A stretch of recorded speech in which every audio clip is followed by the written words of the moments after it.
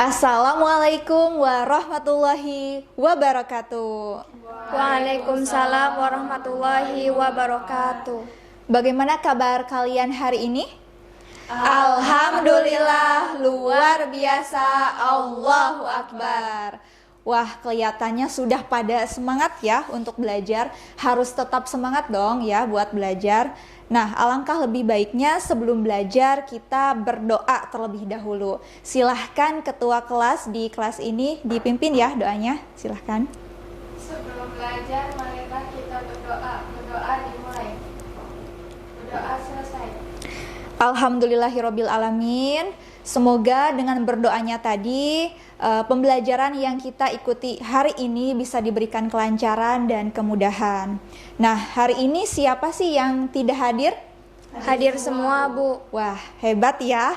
Kelas ini selalu hadir semua.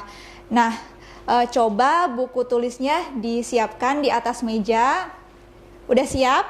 Ya, Sudah, kemudian buku paketnya juga. Oke. Siap semuanya? Siap. Oke, bagus. Kalau siap, kita flashback dulu nih ke belakang. Di pertemuan sebelumnya kita telah membahas, kita telah mempelajari materi mengenai apa coba? Ada yang masih ingat? Iya, Rolanda? Sistem pencernaan. Iya. Oh iya, Bu. Organnya aku tahu. Organnya itu ada mulut, lambung, usus, sama anus, Bu. Iya, betul. Ternyata kalian masih ingat ya.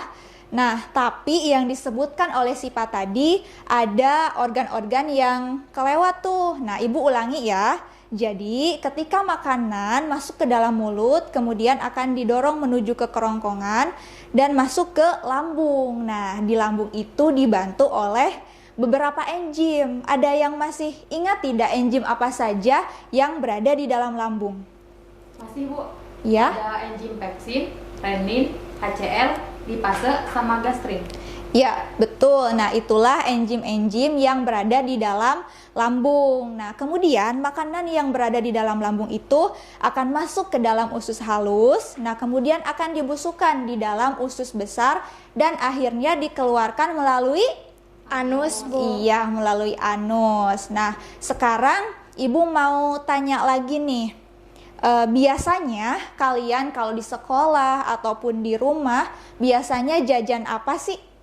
Ya? Seblak, Bu. Ayam geprek sama rujak. Wah, itu makanannya gak sehat semua ya. Ketika kalian memakan makanan itu, apa yang kalian rasakan? Sakit perut, panas perut, sama BAB terus, Bu. Oh iya, wah itu tuh termasuk ke dalam kelainan pada sistem pencernaan yang disebut dengan diare ya. Nah, kalian sadar gak sih ketika kalian nih memakan makanan yang tidak sehat, kemudian tidak bersih, itu tuh sama saja kalian berbuat dosa terhadap diri sendiri. Nah, dalam agama juga dikatakan bahwa ketika kita memakan makanan yang tidak sehat kemudian berlebihan, itu tuh tidak baik ya. Nah, hal ini juga berkaitan dengan kalori yang dibutuhkan oleh tubuh kita setiap harinya. Nah, dari kalori tersebut kan ada zat-zat yang terkandung di dalam makanan. Nah, ada yang masih ingat gak sih zat-zat apa saja yang terkandung di dalam makanan? Ya, Rolanda? Vitamin, mineral, karbohidrat, sama lemak.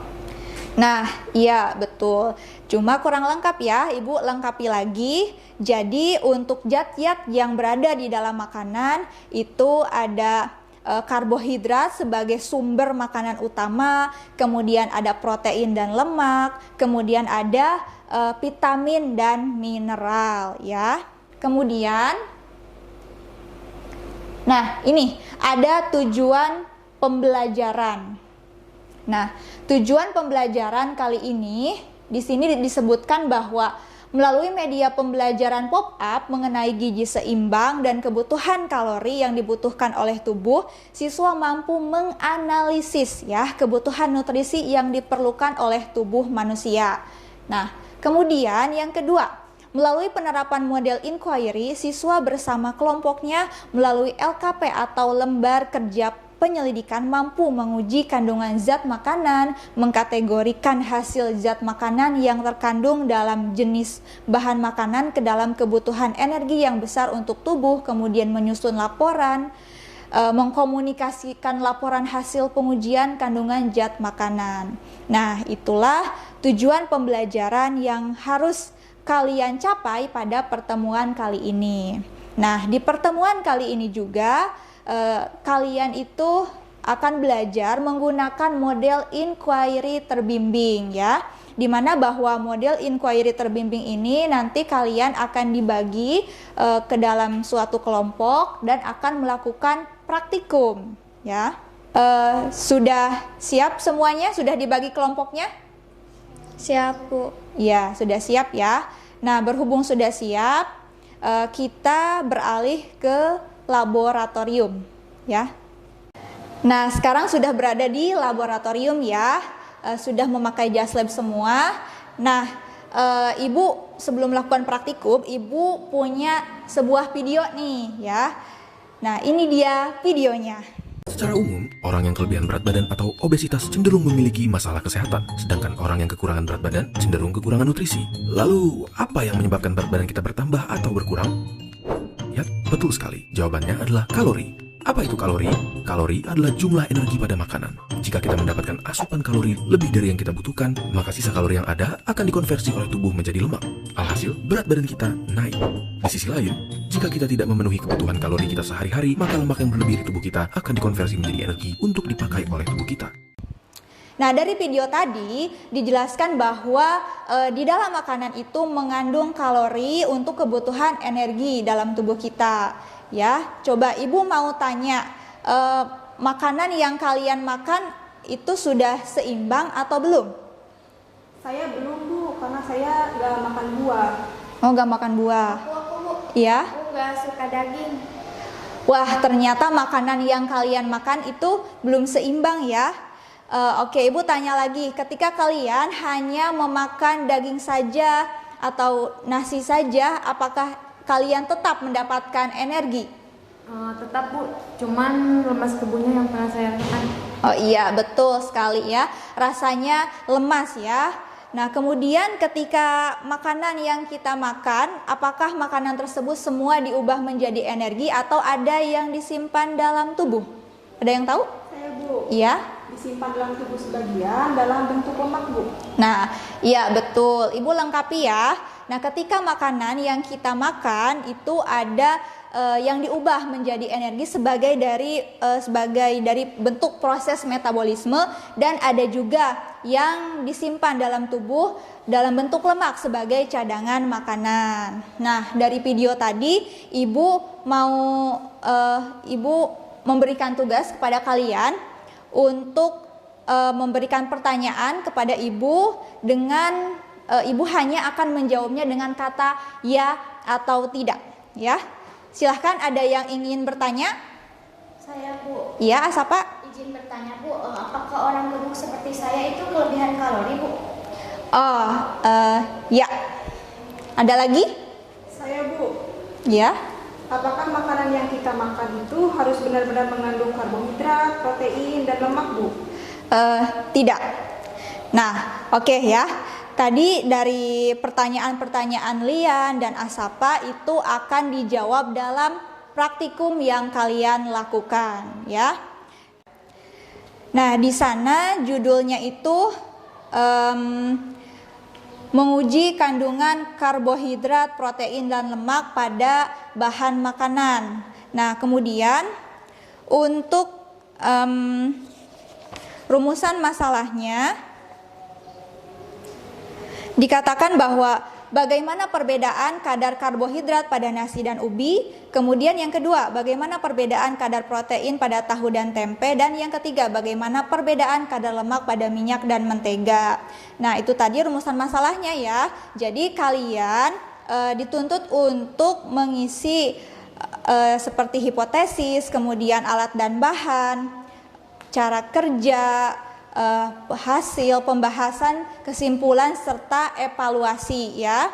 Kalian isi. Nah, kemudian kalian boleh sekarang melakukan praktikum. keselamatannya mohon dijaga ya. Silahkan.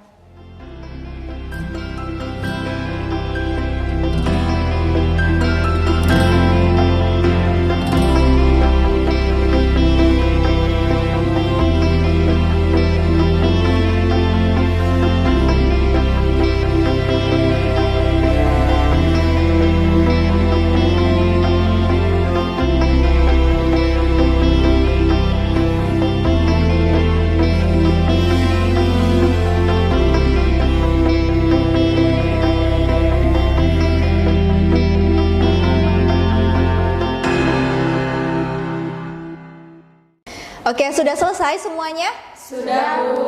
Ya, berhubung waktunya sebentar lagi ya, Ibu minta satu orang perwakilan dari satu kelompok untuk membacakan hasilnya ya. Silahkan, ada yang mau?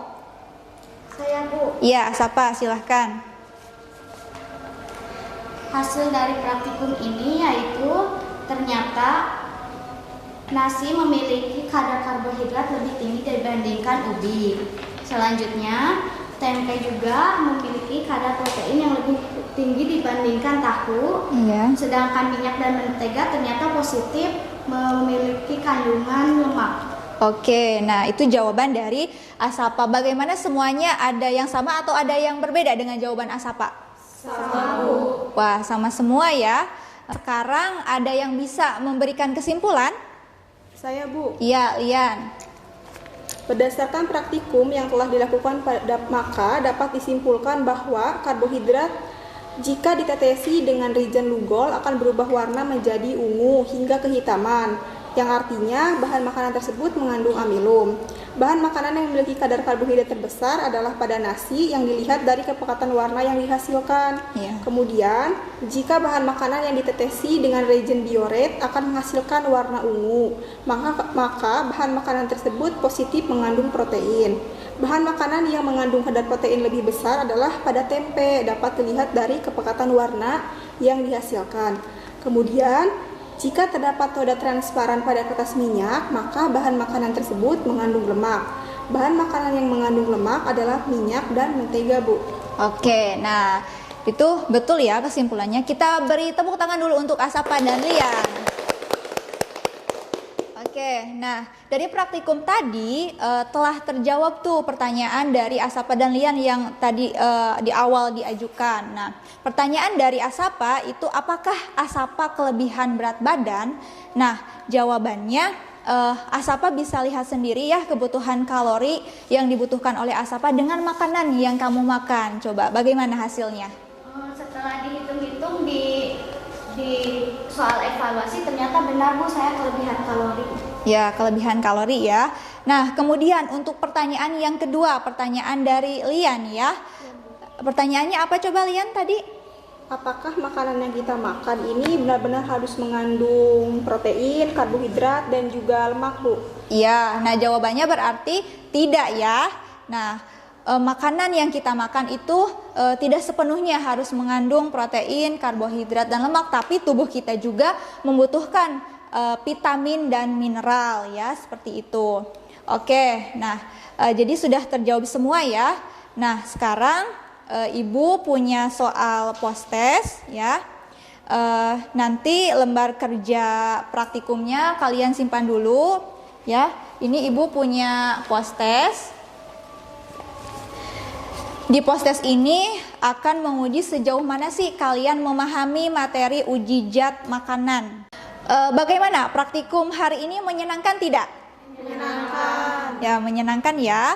Alhamdulillah pembelajaran kali ini telah selesai. Semoga dari praktikum yang kalian lakukan, kemudian teori yang Ibu berikan bisa bermanfaat di kehidupan kalian kelak ya.